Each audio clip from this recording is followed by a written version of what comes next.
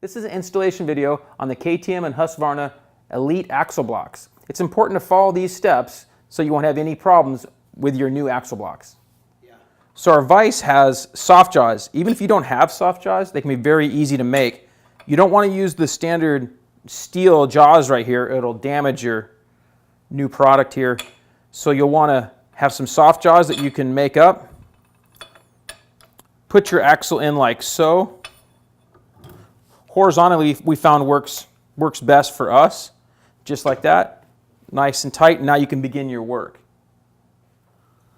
Okay, so this is a relatively easy process, but if you've never seen it done, it might seem a little bit tricky.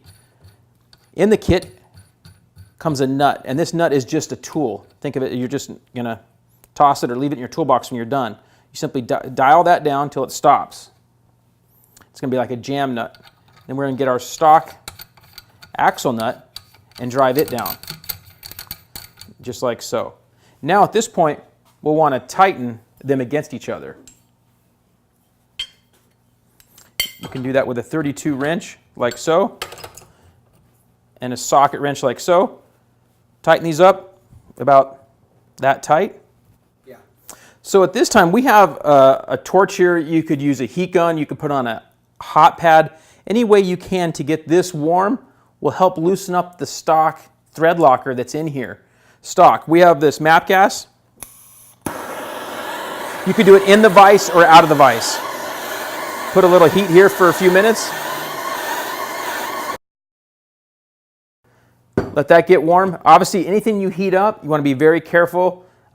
Anything could burn you, so good idea to wear gloves. Be careful. So now that this is loosened up, now we're going to back this off. So at this point, I want to put our 32 millimeter wrench on here, and we should be able to kind of give it some support. We should be able to push, and in some cases it's going to take a lot of pressure to turn it off. And then once it turns, so now you can unthread this by hand, like so.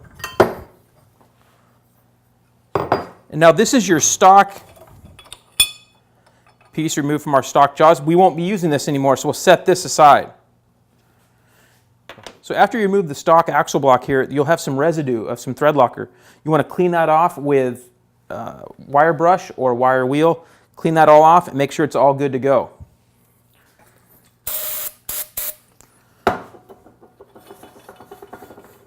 Kind of get it farther forward when you're cleaning it. Here we go. So at this point we have our titanium drive side receiver.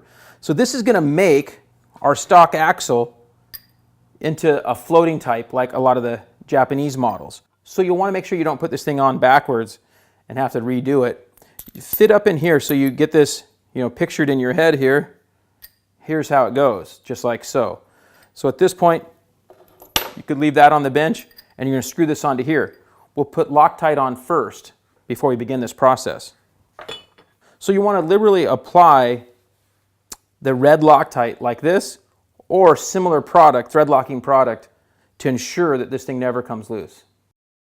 Okay, so at this point we'll want to screw it on as far as we can by hand before it's in the vise.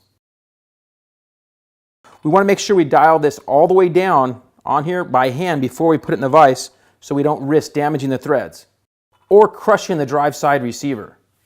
So now at this point we have our flats here on our drive side receiver, so we're going to tighten down right on those like so with our vise. So at this point you can grab your wrench or socket onto the stock nut here and start tightening like so until it's good and snug. At this point we want to use our torque wrench, which is already set to 70 foot-pounds, just to ensure that it's at the proper torque. Okay. At this point we're basically done. Our receiver's on. We just now need to remove our installation nut tool. You could do this in numerous ways. We found that just putting it on the bench like so with your wrench and get your socket like this, you could just go something like and break it loose. Now we'll turn the stock one off. Now this nut, while it's still a little tight on here, it won't be too tough to get off in the vise. So at this point, just like so, obviously You don't want to put vice grips or anything like that on your axle. So now that we've got this loose, we back it off.